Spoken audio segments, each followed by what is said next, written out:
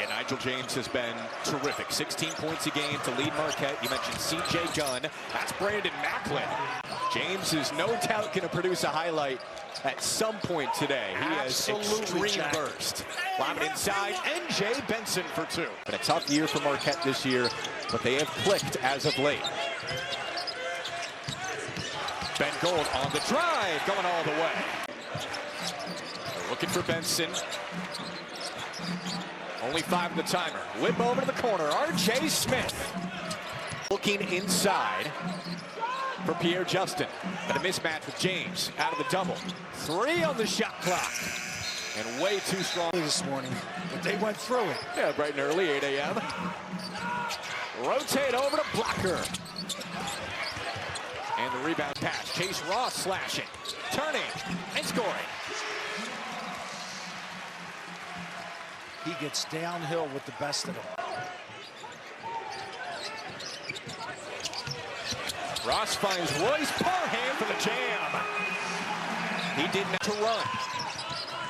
James scanning. Working around Benson. In and out dribble going all the way. Point guard.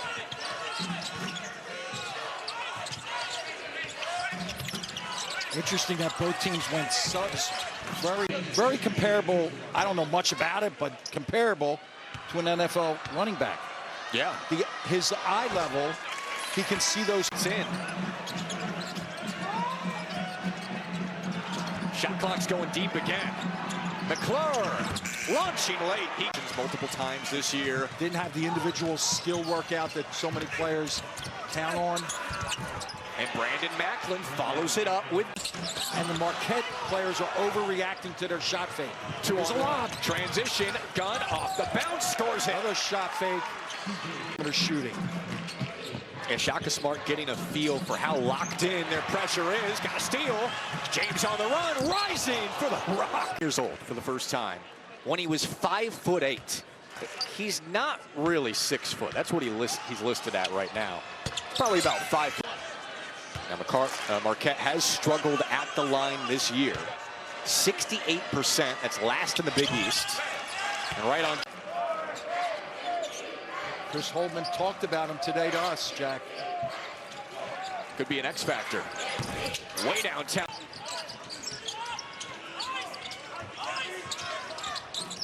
James rejects. And it swirls out. He's going to step up. You have to give a tribute to players on both teams. The easiest thing to give in on is your defense. Even with the records that they have in Big East play this late in the year. It speaks to the coaching and the cultures that they've established.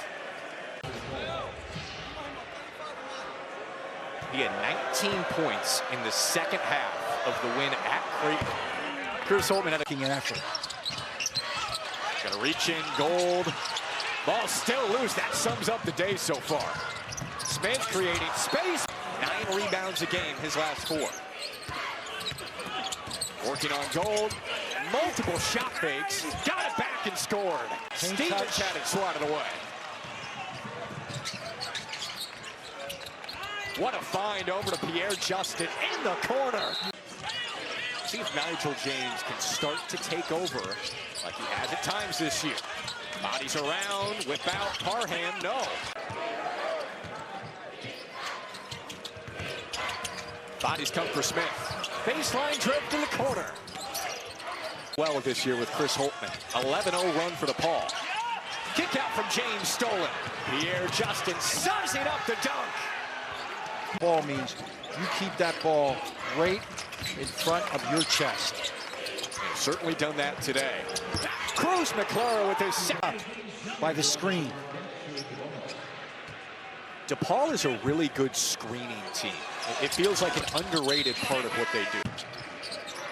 Sprint to set a screen, walk to use it. That avoids fouls. Macklin was patient for it there, and it goes all the way. That's why McClure's gotten on the floor, his defense. Just about a minute to go in the first half. DePaul has been excellent. Macklin's fit as a team. 10 seconds. Ross begging for the action. Owens is wide open. That 18 points himself in the first half for DePaul. That's swatted away. 5 to shoot. R.J. Smith, deep three. Can Marquette start to string together stops and scores? Chase Ross is open, and he drills a three. Look at that now. Poked away. Ross leading the Big East in steals. Attacking, and he scores it. It's a 10-point sit, but he missed it. Benson has not missed much over the last couple of weeks. Oh, what a find! Zone action, Jack. Zone action from Marquette. Change up. Here's Gunn, and he hits from the corner. And they press after every free throw, made or missed. So we're going to see some pressure.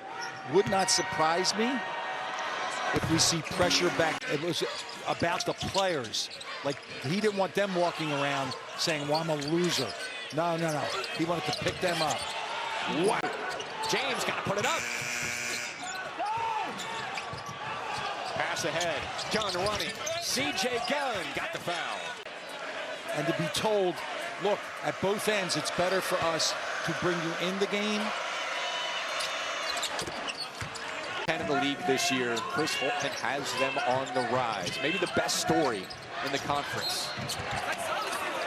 And that felt back to DePaul. They'd all drive him back. That's right. To celebrate him. He's been phenomenal. And knocked away. Benson lost by Ross. As good as James is, still a learning curve as a freshman. Moments like that. Macklin lobbing up for blocker. To make one more play, one more move. Not when you have the defense standing in front of you. Move the ball. Here's our pressure. Give them the ball.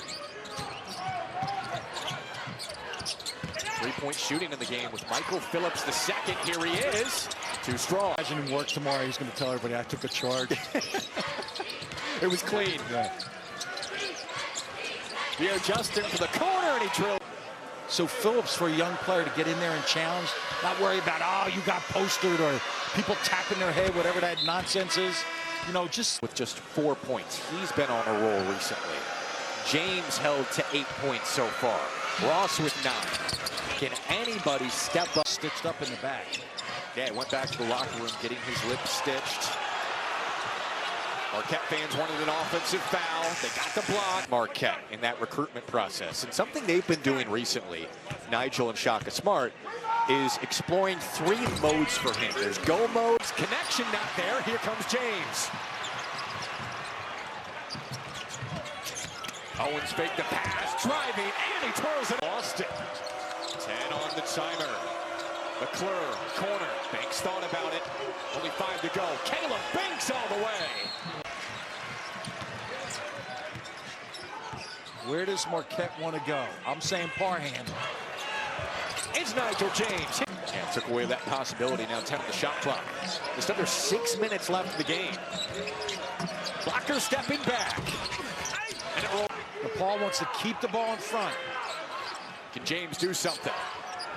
One-on-one, baseline, cutting, and a foul. This ball now, for the last 4.5 minutes, is going to go through Benson for DePaul.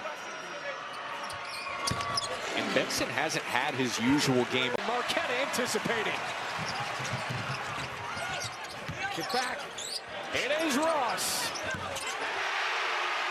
Put your body on it, not your hands.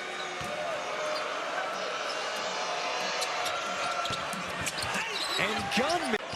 C.J. Gunn, leading scorer for DePaul. Dishes off Macklin. He's been the closer. Under 3 to go. Macklin fading. Missed from the baseline. He's 5 for 9 at the line today. 6 for 10. It's with Benson one-on-one against Parham.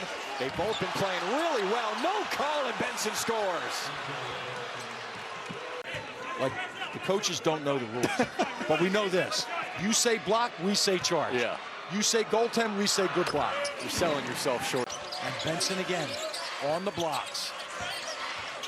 Another one-on-one with Parham. Late show. Owens. Benson did it again. All still finding a way. And remarkable for the DePaul team. 2 closers on the field. It stood an 8-0 run over the last minute. Owens can't hit the follow. 2 in a fast couple of decades. 7-10 in the Big East right now.